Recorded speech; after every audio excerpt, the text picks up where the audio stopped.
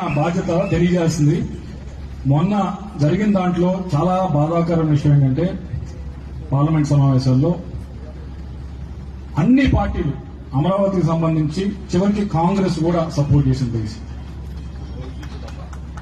ప్రతి పార్టీ కూడా సమాజ్వాదీ పార్టీ అన్ని అపోజిషన్ పార్టీ సరే బీజేపీ మిత్రపక్షాలు చేయడం ఒకటి, అన్ని పార్టీలు ఒకే ఒక పార్టీ దేశంలో ఒకే ఒక పార్టీ సపోర్ట్ చేయండి ఎవరంటే వైఎస్ఆర్ కాంగ్రెస్ పార్టీ.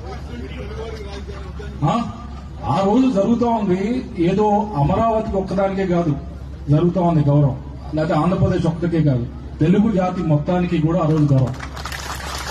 అందరూ దగ్గరికి వచ్చి కాదు ఇది తెలుగు వారికి న్యాయం చేయాలి అని చెప్పి అందరూ ఒక దగ్గరికి వచ్చి ఆ రోజు ఇటువైపు లేదా అధికార పక్షంలో ఉన్న మంత్రులందరూ వచ్చారు, ప్రతిపక్షంలో ఉన్న చివరికి రాహుల్ గాంధీ కూడా వచ్చి కూర్చున్నాడు, సపోర్ట్ చేశారు, అందరూ చేశారు. అటువంటిది ఒకే ఒక పార్టీ వాకౌట్ చేసింది.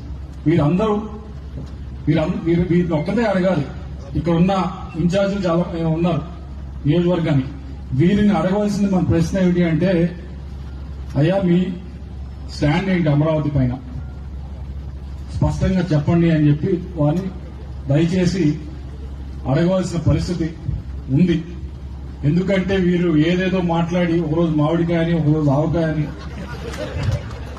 ఇది మరీ ఏదో ఒక విధంగా న్యూస్ లో ఉండాలని చెప్పి కాన్ట్రవర్సీ అంత ఎక్కువ చేస్తే అంత ఎక్కువ న్యూస్ లో ఉంటాం, అంత ఎక్కువ మాట్లాడుకుంటారని పార్లమెంట్ లో పాస్ అవుతుంది తెలుసు, అది హెడ్ లైన్స్ పెద్ద బాగా భారీగా వస్తుంది. కాబట్టి దానికంటే పెద్ద హెడ్ లైన్ రావాలంటే చాలా విచిత్రంగా మాట్లాడితే చాలా పెద్ద హెడ్ లైన్ వస్తేనే ఆ రోజు విచిత్రంగా మాట్లాడటం తప్పించి దానికి మరొకటి లేదు. అయితే మనందరం కూడా కొద్దిగా గ్రామాల్లో నాయకులు అందరూ ఉన్నారు, పెద్దలందరూ ఉన్నారు కాబట్టి మీరందరూ గ్రామాల్లో గట్టిగా ప్రశ్నించాల్సింది అడగవలసింది ఏమిటి అంటే ఎదురువారిని మీకు అమరావతి పైన స్టాండ్ ఏమిటి అని చెప్పి ప్రశ్నించాల్సిన అవసరం ఉంది.